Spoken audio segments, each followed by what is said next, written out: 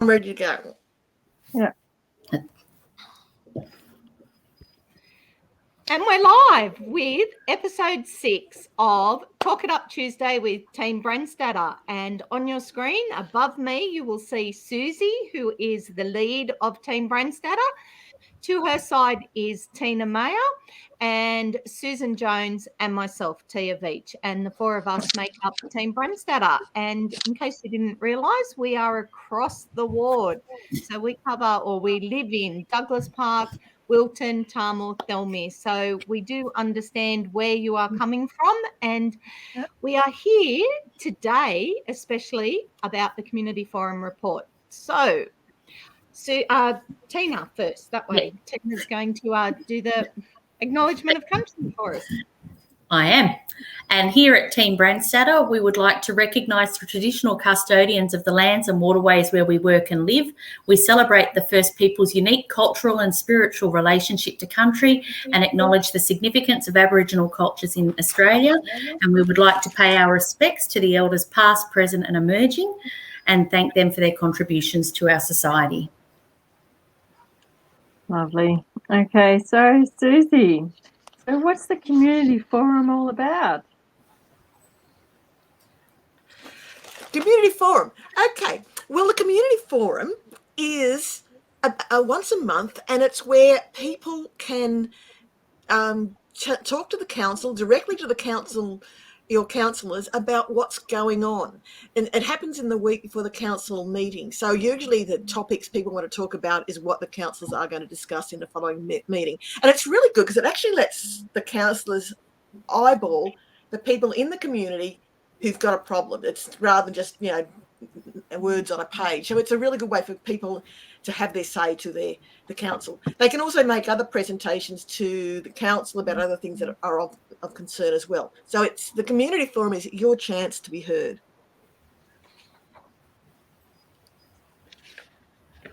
So did you raise the issue at the last one about the adaptability, the downgrading of the adaptability housing percentage, what's acceptable within our community?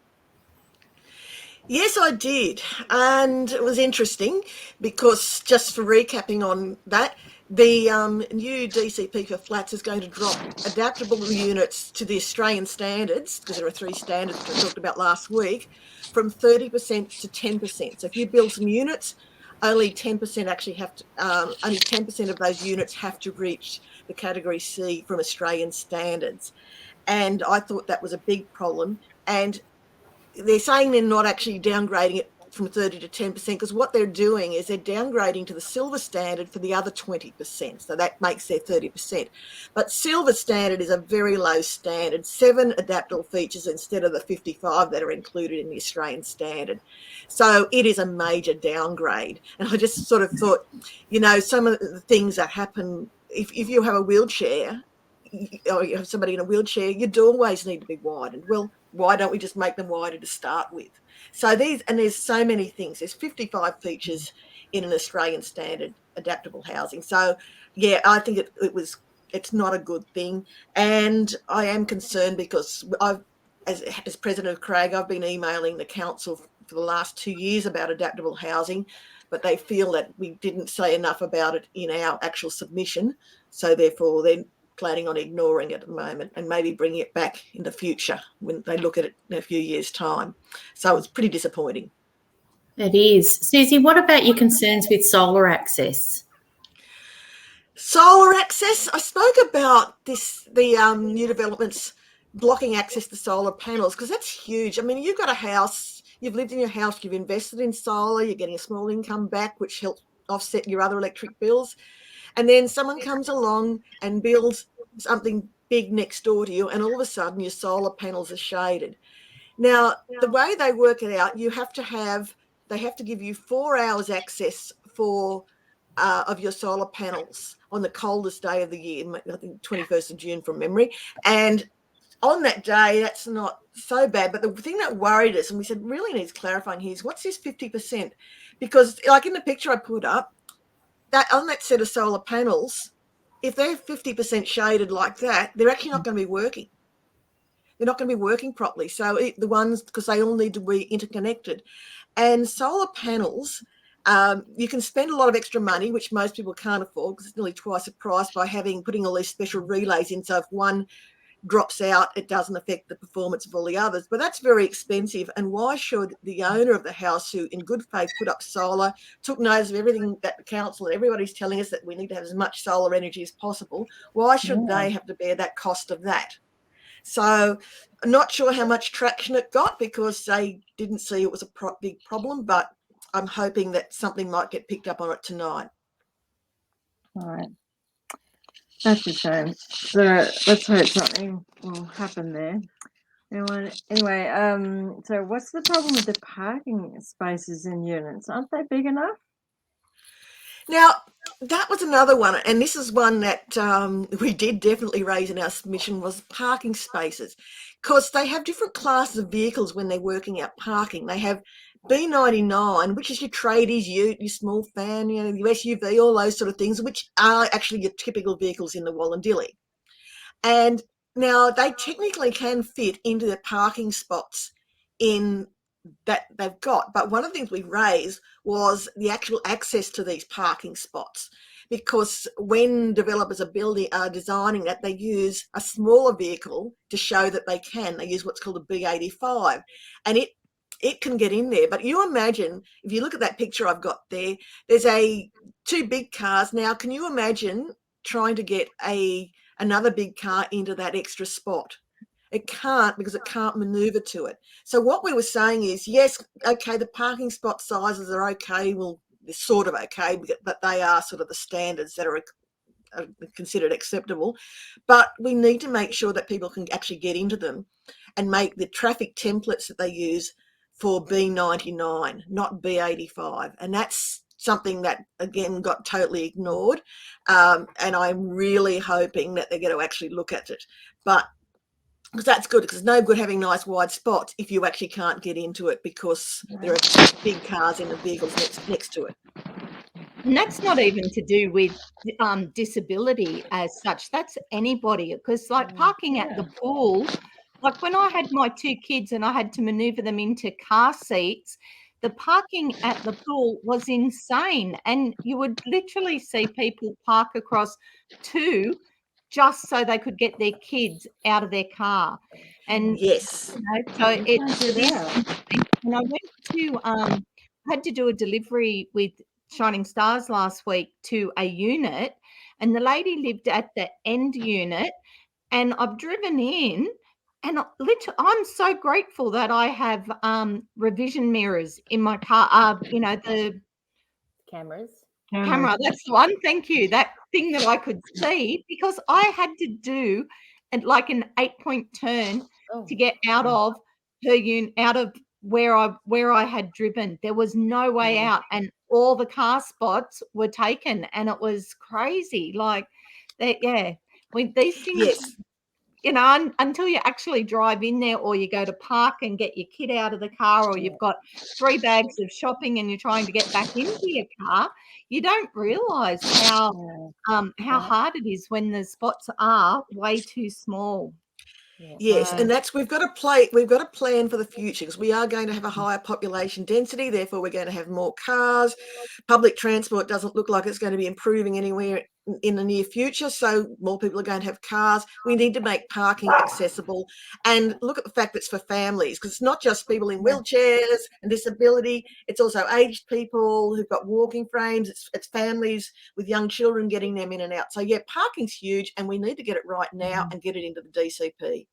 Oh, definitely, because otherwise we're all going to be doing that whole holding our door and smashing our fingers every time we get out of our car and breathing in, which it's not a good look. It's not good. No. I know you were also concerned about the new service building. Did you talk about that at last night's community forum as well, or last week's community forum? No, I didn't. They have limited numbers of people who can speak on each issue at these forums, and Ray Law had already booked himself in to speak, so I was pretty much ideas alongside what he was talking about. So I was very happy that he did, because he spoke very well about this proposed building. The concerns that sort of come up from it was it sets a precedent for higher buildings in the Wallandilly, because we do have a cap on how high something can be, and the fact that it's all looked at not being taller than the spire on our clock tower, but our spire is a long, thin thing. It doesn't dominate landscape. It's just like huge TV antennas that people have. But a great big multi-story building is going to be like a blot on the landscape. So that's really quite a problem. The costing of it, which is just going up and up and up, is concerned that the grants that have been given for this and are going to be applied for this building won't actually cover what they want to do.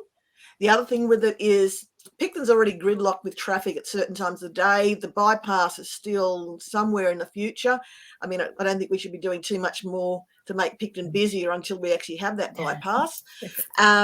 So that's another thing, and insufficient nearby parking already. And if you can see in the picture, that red outline bit, which is all part of Picton's parking for the shopping centre, that is all going to be covered with a council building.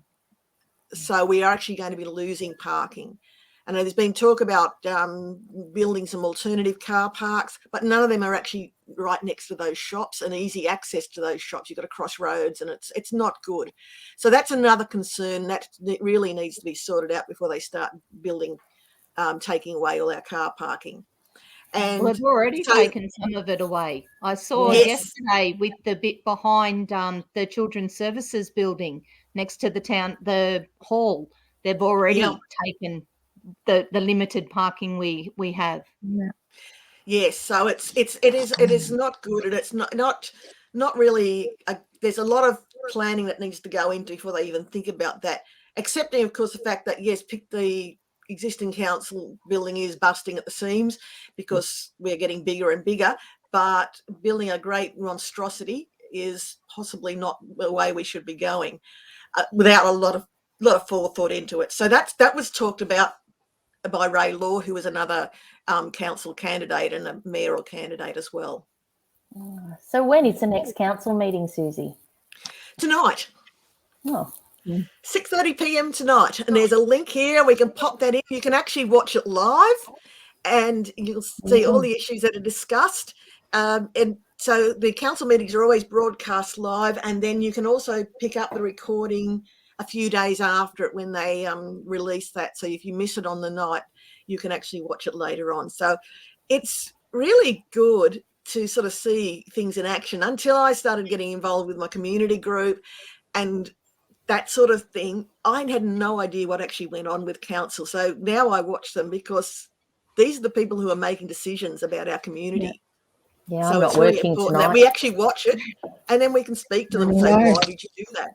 Yeah. Yeah, it's good. Before we go on, we've actually got a question from the public. So Michelle said that she questions, is Picton the best place for that? So I'm guessing we're talking about the big Council building. chambers, yeah. And should it be presented to the community? Well, there was a community consultation on it. Yeah, that's what I thought. There was one. They didn't get an awful lot of replies, and that's the big thing that we keep saying to people. When they do put it out, for goodness sake, don't just say, oh, they won't listen to me, and don't put in your submission. You must put in a submission on that. There's a lot of talk around the area that maybe we need some satellite council buildings rather than just building one big one in the middle of Picton. So that's something that is also going to be taken into consideration. There was talk about putting the new council building into the new Wilton, but that, we don't want to take our town centre into Wilton. We really do want to keep our sort of centre of Picton, of Wallandilly in Picton, but it would be really good if we had some satellite services in places like Bargo. I mean, I don't know why we don't. But also the north end of the Shire. But also the north end of the Shire. We extend all the way to Warragamba. Like, they're not represented at all by council building being in Picton. That's right. Yeah. No, so it would be really good if we did have like some satellite buildings, and maybe that would take the pressure off the existing building as well, rather than just making one huge monstrosity. Yeah. So what about the community grants program, Suzy? What's that about? Well, that's I've got a couple of slides on that to show you. It's It's key date. It opened on the 30th of August. It closes on the 24th of September, so it's closing very soon.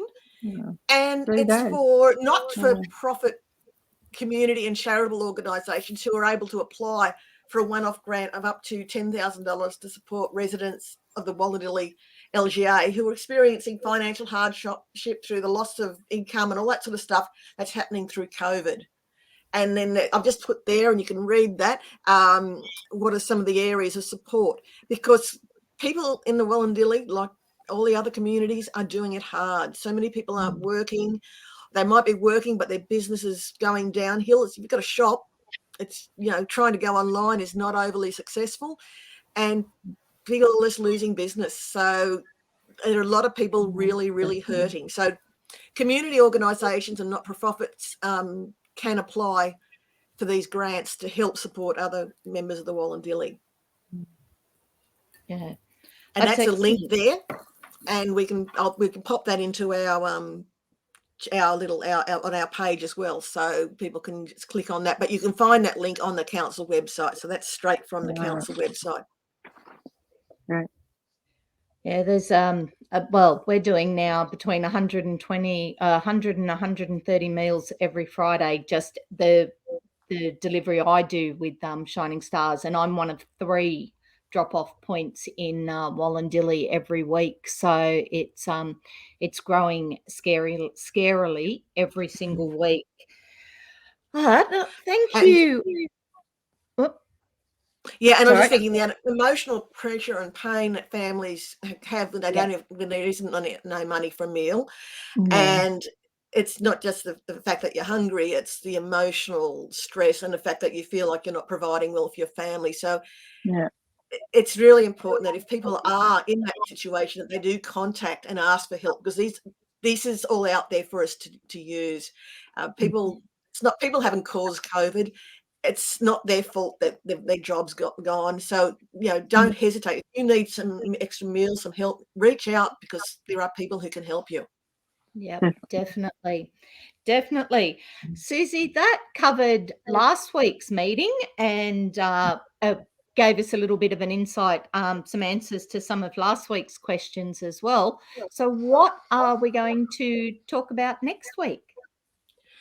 Well, next week I thought we'd do have a Q&A. So if you've got some questions that you think would be appropriate, please pop them onto our Team Branstater page, and we will incorporate some of them and answer some of those into our next week's video, because I think there's questions people have got that are asking about. So yeah, certainly happy to answer some questions. So if you've got something you want to know about what's going on with the council or the elections, please pop a question in there, and we'll do our best to answer them for you. Excellent. And if you don't want your question public, pop it in, just send it the Team Branstater page a message and let us know, and we will keep it anonymous. You don't have to put your name to it. Michelle has commented on her previous question, and I'm just going to comment on this. Michelle said she didn't see it. Now, I know that it was out there, and I think the fact that people don't see stuff is one of the big failures that we have with a lot of the council things like that. They tend to put them out, but very quietly.